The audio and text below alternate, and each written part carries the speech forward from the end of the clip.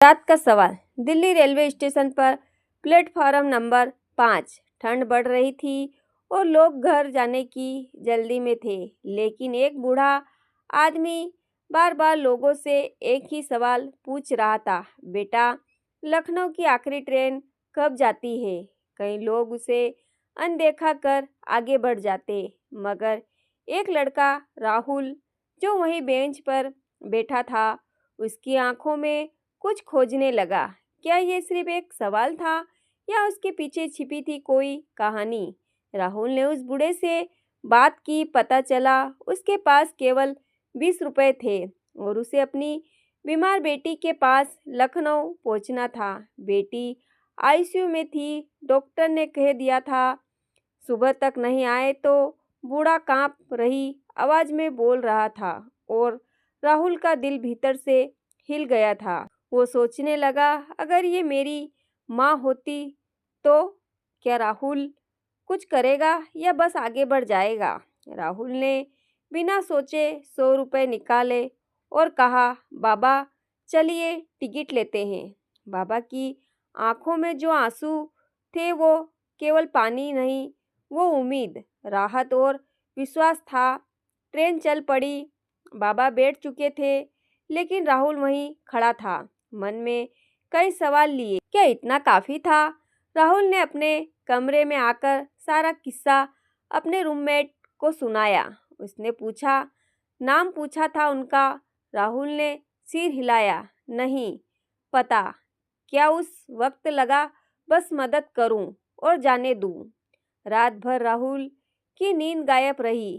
कहीं देर तो नहीं कर दी। बाबा को ट्रेन दिलाकर पूरा 1 साल बीत गया। राहुल अब नौकरी की तलाश में लखनऊ आया था।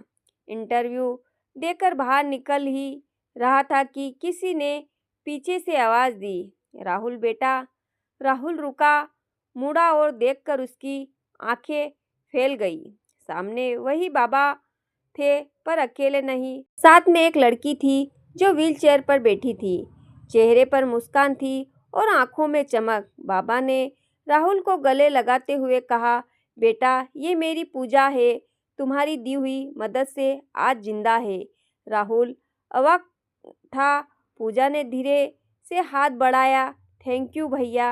राहुल का दिल भर आया। उसने कुछ नहीं कहा, लेकिन आज उसे लगा कभी कभी इंसानियत ही सबसे बड़ा रिश्ता होती है। अगले दिन राहुल को फिर पूजा और बाबा ने खाने पर बुलाया। सादगी भरा घर, मगर दिल से भरा हुआ माहौल।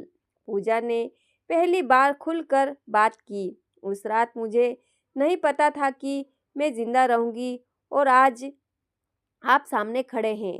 राहुल हल्की हंसी में बोला, मैंने कुछ खास नहीं किया, बस एक टिकट लिया था। पूजा ने जवाब दिया, वो टिकट नहीं था, वो मेरी जिंदगी का पास था। राहुल को उसी शहर में नौकरी मिल गई। अब वह अक्सर पूजा और बाबा से मिलने जाता। पूजा से दोस्ती बढ़ने लगी थी। अब उनकी बातचीत मुस्कान थी, चाय भी, और वो एहसास था जो शब्दों से परे होता है।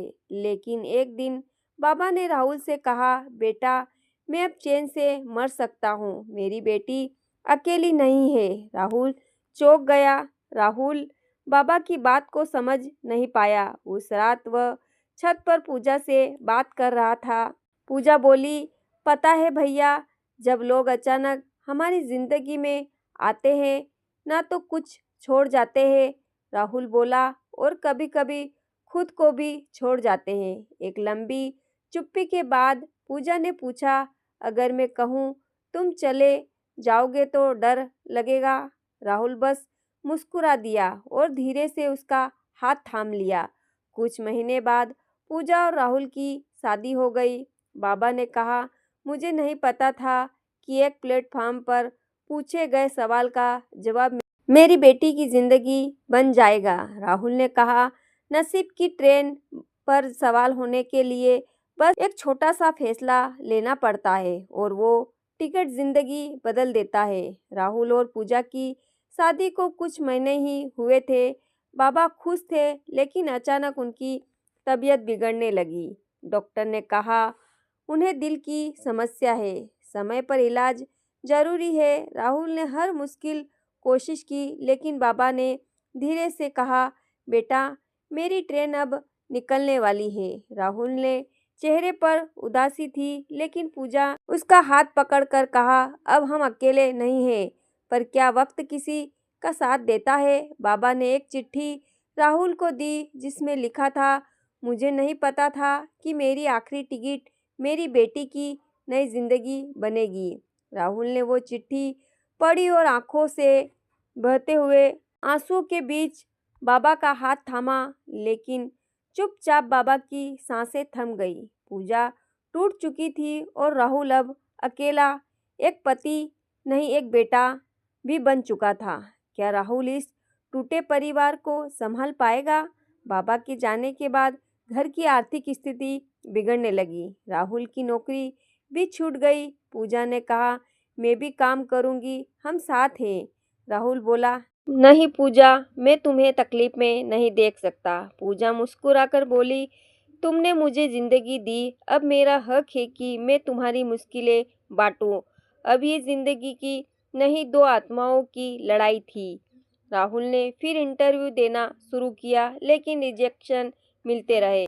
एक दिन उसने वही रेलवे स्टेशन देखा, वही बेंच, वही प्लेटफॉर्म और एक बुजुर्ग औरत जो लोगों से पूछ रही थी, बेटा जयपुर की आखिरी ट्रेन कब जाती है। राहुल पल भर को ठहर गया, वक्त जैसे रुक गया हो। वो आगे बढ़ा और उस औरत से बोला, मैं आपको छोड़ देता हूँ। उस बुजुर्ग औरत को ट्रेन में बिठाकर जब राहुल लौटा तो पूजा बाहर खड़ी थी। पूछा, कहाँ थे? राहुल मुस्कुराया, किसी और की आखिरी टिकट बनकर लौटा हूँ। पूजा ने उसकी आंखों में देखा और कहा, शायद तुम्हारा नाम राहुल नहीं, उम्मीद होना चाहिए। अब कहानी वहीं खत्म होती है जहाँ से शुरू हुई थी।